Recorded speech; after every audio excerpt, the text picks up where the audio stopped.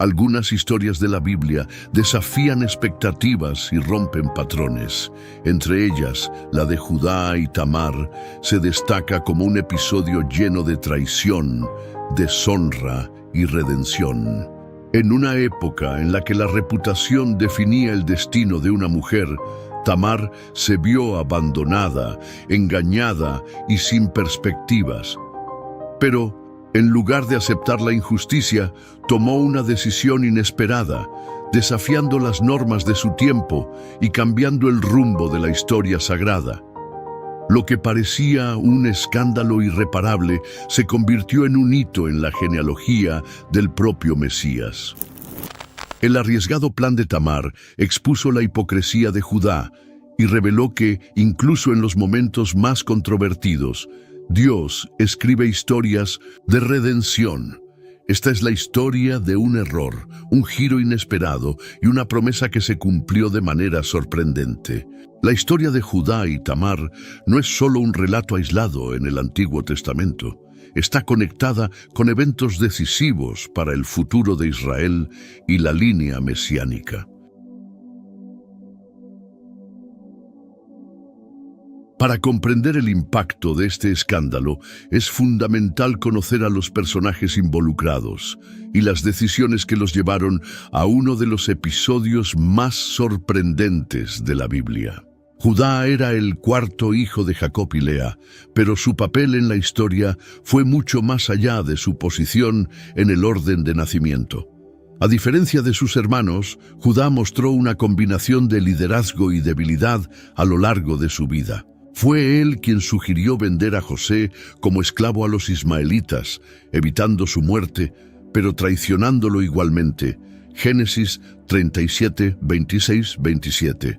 Después de este evento, la Biblia relata que Judá se apartó de su familia y fue a vivir entre los cananeos. Génesis 38, 1. Este distanciamiento es significativo, ya que indica un alejamiento de la herencia espiritual de Abraham, Isaac y Jacob. En este nuevo contexto, Judá se casó con la hija de un hombre llamado Súa y tuvo 3 hijos: el primogénito; Onán, el segundo hijo; Selá, el menor. Todo parecía transcurrir con normalidad en la vida de Judá hasta que se arregló un matrimonio para su hijo mayor. Tamar aparece en la Biblia como una mujer cananea elegida para casarse con el primogénito de Judá. Sin embargo, el destino de ese matrimonio fue trágico. La Biblia dice que era perverso ante los ojos de Dios, y por eso el Señor lo mató. Génesis 38, 7. La narrativa no detalla su maldad, pero el juicio divino fue inmediato. En la cultura de la época existía la ley del levirato, según la cual el hermano menor debía casarse con la viuda para garantizar la continuidad de la línea familiar del fallecido. Por ello, Judá entregó a Tamar a Onán, su segundo hijo, para que diera descendencia en nombre de su hermano muerto. Pero Onán se negó a cumplir con esta obligación. La Biblia explica que él derramaba su semen en el suelo, evitando que Tamar quedara embarazada. Génesis 38, 9. Su pecado no era simplemente el acto en sí, sino su rebelión contra su responsabilidad familiar y su desprecio por la herencia de su propio hermano. Por ello, Dios también lo mató. Ahora, Tamar era viuda por segunda vez, y su única esperanza era Selá, el tercer hijo de Judá. Después de perder a 2 hijos, Judá comenzó a temer que Selá también muriera si se casaba con Tamar. Por eso, en lugar de cumplir con la tradición y darle a su hijo menor en matrimonio, encontró una solución temporal.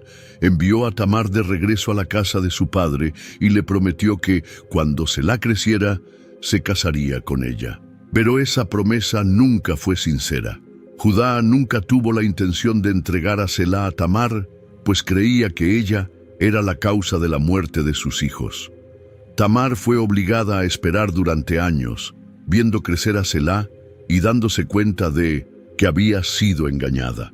El tiempo pasó, y Selá, el hijo menor de Judá, ya era un hombre adulto, Pero la promesa hecha a Tamar nunca se cumplió.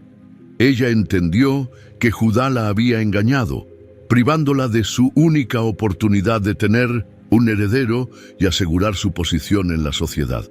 En aquel tiempo, una mujer sin marido y sin hijos estaba condenada al olvido, sin protección, sin herencia y sin esperanza. Sin embargo, Tamar no aceptó ser víctima de la injusticia.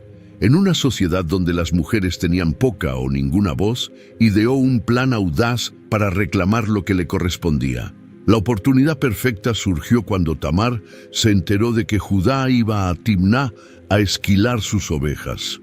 Este era un evento festivo, donde los pastores solían relajarse y celebrar después de la temporada de pastoreo.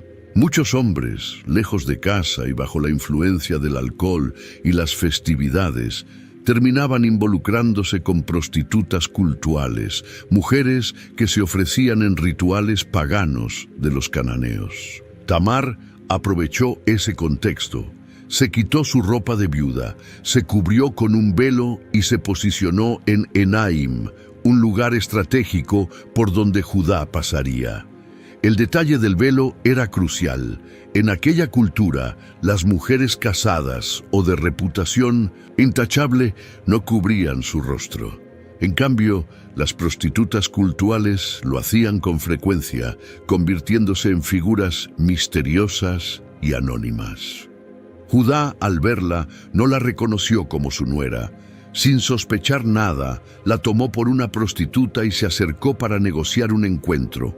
La negociación, el sello, el cordón y el bastón. En la conversación que siguió, Judá ofreció un cabrito como pago. Pero Tamar, astuta, exigió una garantía hasta que el animal le fuera entregado. Judá, sin dudarlo, le entregó 3 objetos personales: su sello, usado para autenticar documentos como una firma; su cordón, probablemente un collar en el que llevaba el sello colgado; su bastón, símbolo de autoridad y liderazgo. Estos objetos eran inconfundibles y pertenecían exclusivamente a Judá. En otras palabras, Tamar estaba recopilando pruebas para un posible enfrentamiento futuro. Después del encuentro, Tamar desapareció. Regresó a su casa, se volvió a vestir con sus ropas de viuda y esperó el desenlace de su plan. Unos días después, Judá envió a su amigo Hirán para entregar el cabrito y recuperar sus objetos personales. Sin embargo, al llegar a Enaim, Hirán no encontró a ninguna prostituta en el lugar. Preguntó a los habitantes de la región, pero todos respondieron que no había ninguna prostituta cultual en ese sitio. Frente a esta situación embarazosa, Hirán regresó a Judá y le contó lo ocurrido. Con miedo de ser expuesto públicamente, Judá decidió olvidar el asunto diciendo: «Que se quede con lo que le di. No queremos convertirnos en motivo de burla». Génesis 38:23. Lo que Judá no imaginaba era que, en poco tiempo, todo el pueblo sabría del caso y que el escándalo tomaría proporciones inesperadas. Tamar estaba embarazada, y la revelación de este secreto pondría su vida en riesgo y la reputación de Judá en juego.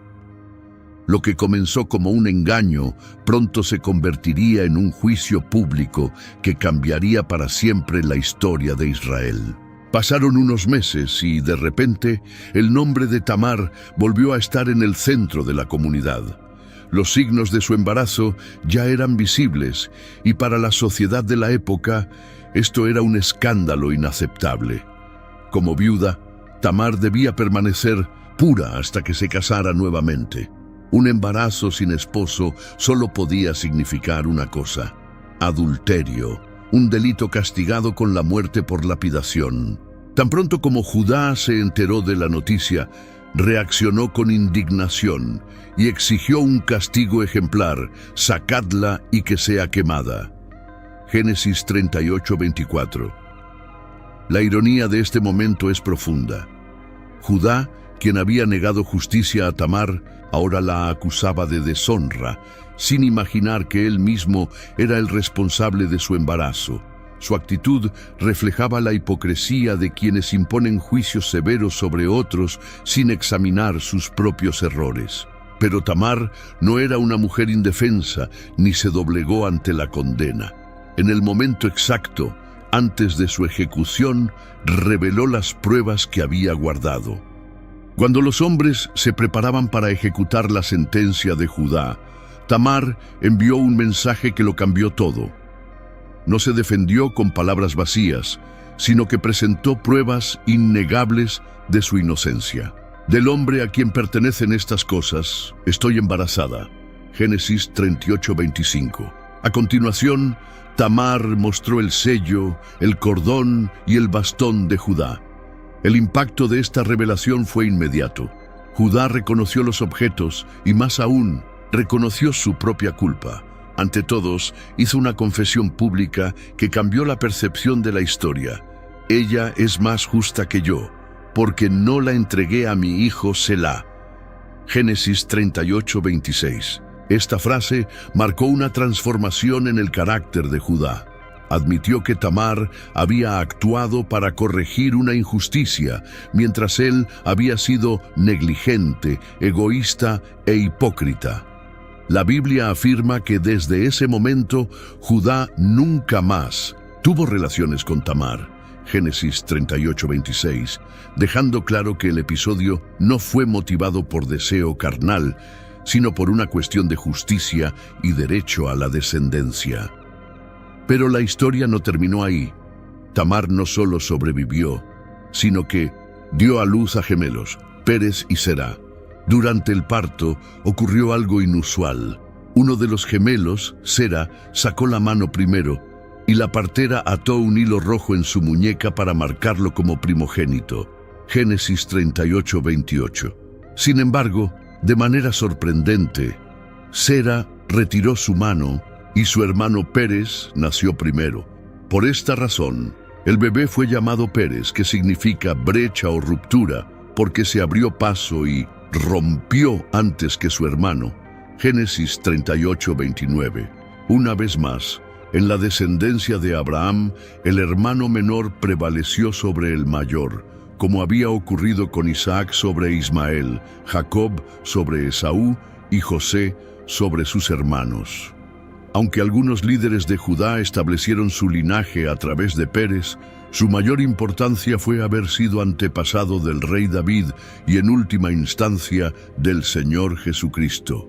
Esto significa que a través de su hijo Pérez, Tamar pasó de ser una viuda extranjera y desamparada a una de las mujeres incluidas en la genealogía de Jesús.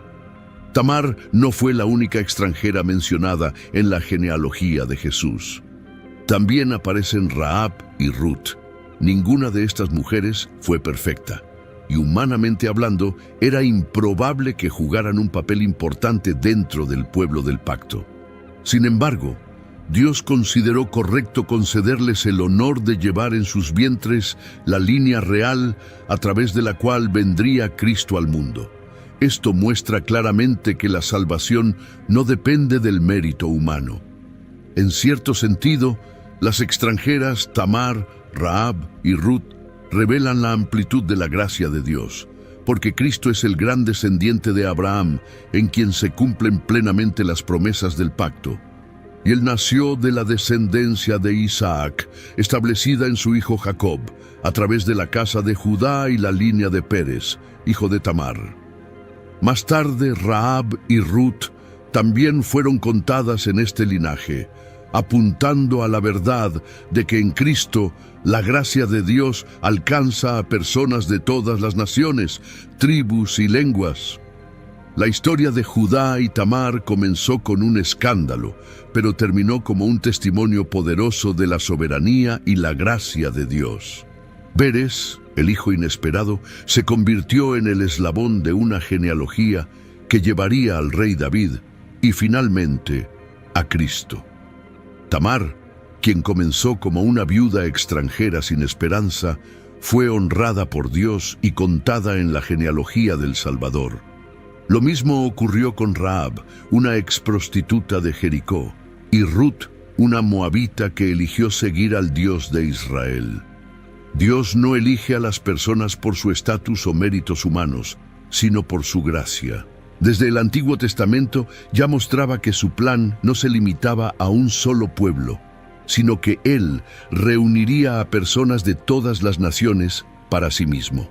Y así como Tamar, Rahab y Ruth encontraron un lugar en la historia de la redención, Cristo hoy extiende su gracia a todos nosotros. Él no es solo el Mesías de Israel, sino el Salvador del mundo.